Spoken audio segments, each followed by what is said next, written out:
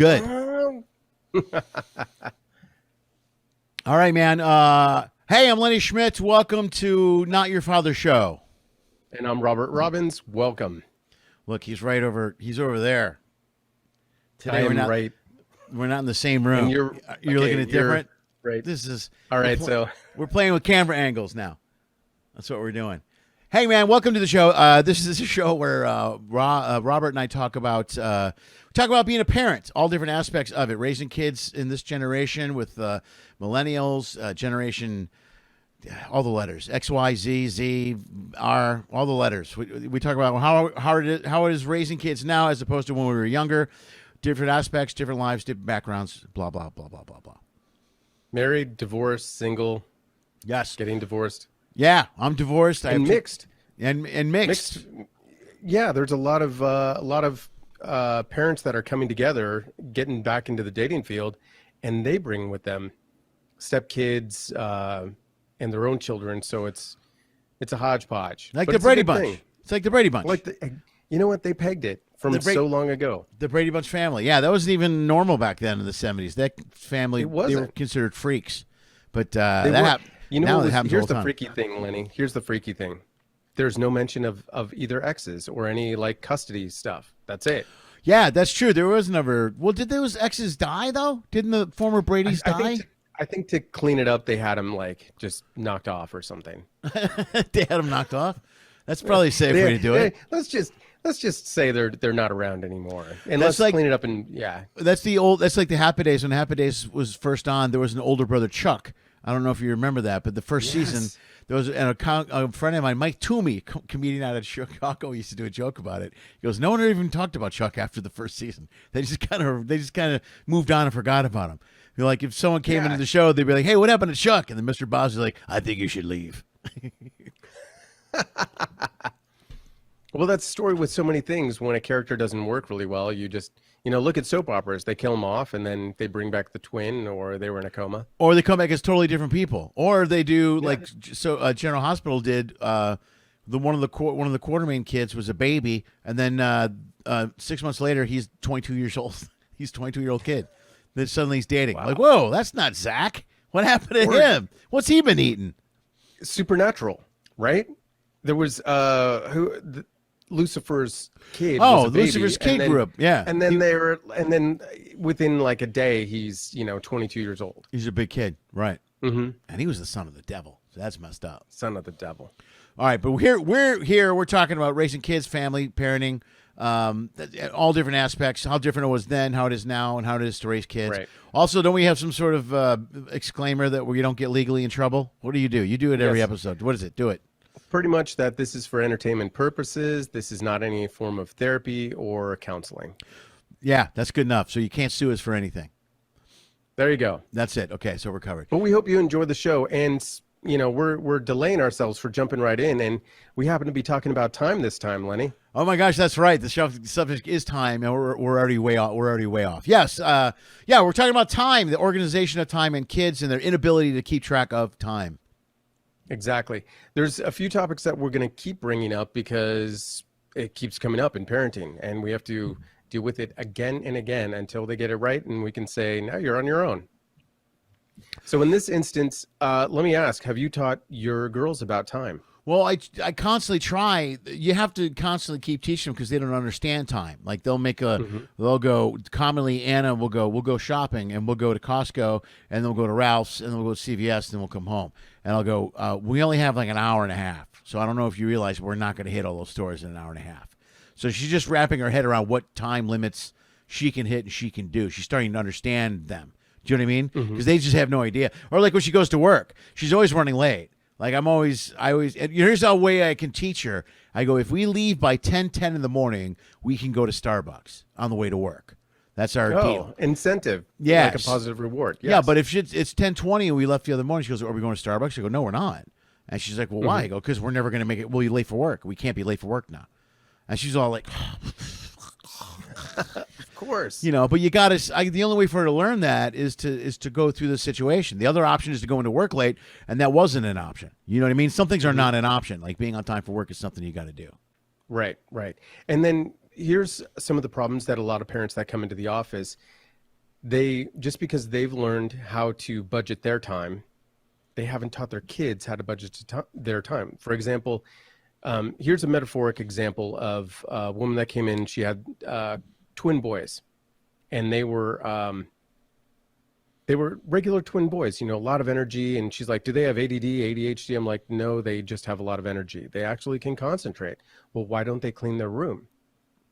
And after a couple of weeks, I found out it's because she never taught them how to clean their room. And they would push everything under the bed, shove everything into the closet, and pull the blankets up. That's it. And right, because they don't know how to budget the time. They don't know how to squeeze it in. Yeah. Well, she never took the actual time of like, here's how you do it. Right. Start with this. Take everything under the bed, everything in the closet, put it in the middle of the floor, make the bed first, put the clean stuff on top, right, and then go from there. Like and she was like, but it's so simple. Same thing with time.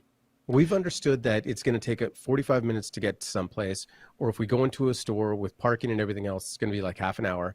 And we don't teach kids exactly that. You have to work backwards. Yeah, because we're looking at these situations with an adult mind, with like a grown-up mind. For a fact it's going to take X amount of time to clean a room.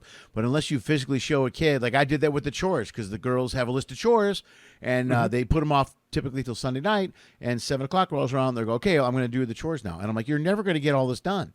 And like, what are you talking about? I'll show you. And you 4 loads of laundry, do in the kitchen. And by then, you're already an hour and a half into the night, and we're only halfway through the laundry, and you're just not, and then I'll finish it tomorrow. That's the problem. Right. You're not budgeting your time. Yeah. Well, I mean, we spent time, let's look at doing dishes. All right. The first time you teach a kid like to do dishes by hand, it takes a long time. Maybe there's some broken dishes. They don't clean it as well, but you have to stick with it. Again and again and again and again. So we have to monitor and make sure they do it right before we like walk away and say, okay, you're on your own. You can do the dishes. And this is what you expect. You expect them to be this clean. Same thing with how to tie shoes. We teach them again and again.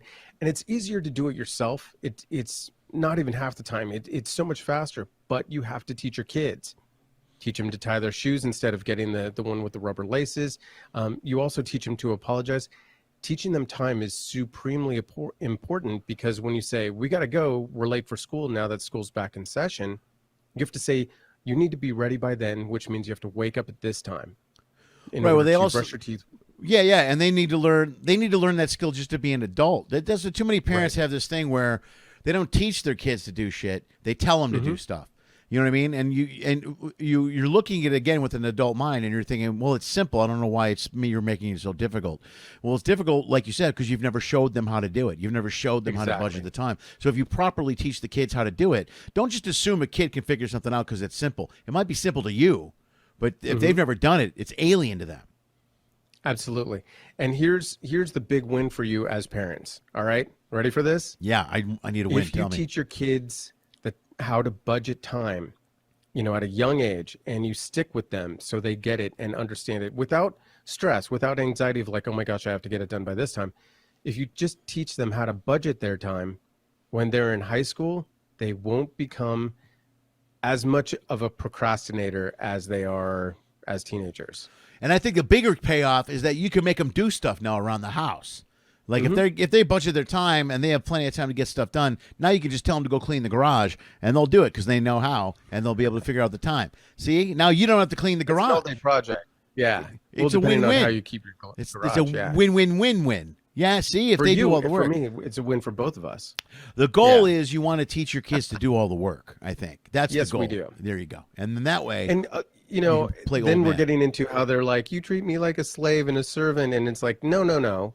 I'm trying to teach you a good work ethic. Yeah. So you're not lazy when I release you into society. Right. And if I pay you allowance, screw you twice. Shut up. I'm paying you for that service. So exactly. Don't be whining about the whole, I'm not a slave, because you're not a slave, but you have chores to do and I'm paying you for them. You are staff. That's what you are. You're staff. There you go. Yes. You're an appreciated employee. Let's not get crazy on appreciation, okay? Let's start with staff. Let's stay with they're going to do stuff around the house, and I'm going to pay them, and then I'll worry about appreciation later when they ask for a raise. Yeah, and we can keep upping the responsibilities, which is a good thing, because now that they know time and how to do dishes, then you can say, okay, now more responsibility. You want some more freedom? More responsibility. Yeah, there you go. See, it's perfect. And now they understand. Now they understand time. Because my kids are the worst. My kids are the worst with time. They have 19 things they want to do, and you're like, you're never going to be able to do all those things. Plus, a good idea is to let them go out and do stuff. Like I'll let the kids go out and run errands on their own, and then they'll come home and I'll go, "Did you get everything done?" And they'll go, "No." But the best way for them to learn really is to go out there and try it and do it for themselves, because they honestly, Absolutely. you learn from experience. Everyone does, and the kids are no different. It's the the kids best are more teacher. so important. Yeah, kids are more important when it comes to learning from experience. Because there's so much stuff that we take for granted that we know that kids don't have any clue. Like washing a car. I sent Anna out the car washed. She's like, "Why is it taking so long?" Because it takes time. Because you have to wash the car. You have to wash the tires. You have all these things to do. These kids just get stuff these days. Yeah. Like getting, what is it, DoorDash and Postmates and stuff. It's like, I want this. What's taking so long? Right. And Domino's was used to be under 30 minutes. 30 minutes or less, and it was free. They got rid of that quick. Now they do have a new. Yeah. Now you pull up and do the takeout thing, and they have 3 minutes to bring you your pizza. That's the new Wow. one. And if they don't bring it in 3 minutes, your next one is free. That's their first out. Was they'll go, your next pizza's free, not this one. We used to mess with guys all the time. I lived at a dead end street when I was in high school, and we would order a whole bunch of pizzas, and then we would park cars in the middle of the dead end street to block it off. Right. So he had to park all the way at the end of the street and run almost 2 blocks with the pizzas to bring them. And he'd get so mad. We did it to him a couple times. He's like, "You guys are assholes. This is the word." He's all breathing heavy, because he got in trouble. And then eventually he learned if he parked on the other street, he could cut through the park, and he didn't have to deal with it. So then we lost our little trick. Eventually. Yeah. But we got some free pizza out of it. But you know what? There's Well, nothing and then wrong back then, what we did too, which was horrible, this is even worse. When he would go deliver the food, we had other guys that would go to his car because he had more pizzas in there, and they would steal his pizzas. So we had all the pizza. Yeah, we were jerks. We were jerks growing up. Well, I wasn't a saint either, but that's pretty bad. Yeah, it's a bad one. Well, we got. It reminds me of Fry from Futurama. Also, I was wanting to let people know, how do you teach kids time? Okay. And there's nothing like experience, which is good. Procrastination's bad. However, there's 2 things. Number 1 is you have to work backwards to budget. You have to say, if you want to be here at this time, that's going to take so many minutes for this to happen, like drive the car, park the car, whatever it is, for working on your assignment, taking out the garbage, doing the dishes, doing the laundry, picking up, getting ready, brushing your teeth. You have to write that all down and show them, this is where you have to work backwards. And here is the window of time. So past this moment, things have to be crossed off the list. You're not going to be able to do them. Can you set tell me if you think this is good advice. This is what I would ask you if you were my therapist. Do you think it's good to give them an unreasonable goal? You know what I mean? Like say that they had to peel 50 pounds of potatoes and they had to do it in 3 minutes. And then you tell them, I don't know why it would take you so long. You should be able to do it in 3 minutes. You know what I mean? Could you I think lie that's to them? a great idea. I think it's a terrible idea. You're supposed to be the sound of reason. You're the sound of reason of this little interaction. They have to learn failure. It's better with a potato instead of like doing something like, oh no. See, now you sound Now like the me. neighbors are Now you involved. sound like me justifying the horrible mistake. Well, at least it was a potato and it wasn't like a Yeah. bomb. It would have been horrible if there was a ticker on the bomb and they had 30 seconds to defuse it. Oh yeah, that'd be horrible.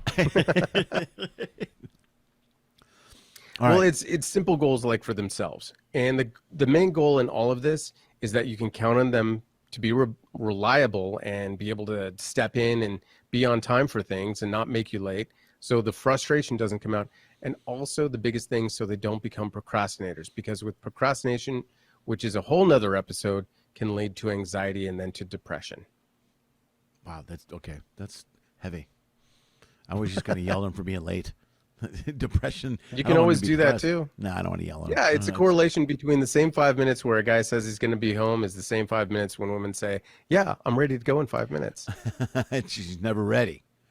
She's like my And kids. guys never are home in 5 minutes. That's right. See, it's a weird. There's a gray area. Is that what it's Parallel. called? It's a parallel. Is that it? A parallel? It's a There's paradox. It's a paradox. That's it. That's the word I'm looking for. It's a paradox. Guys are always late. Women are never ready on time.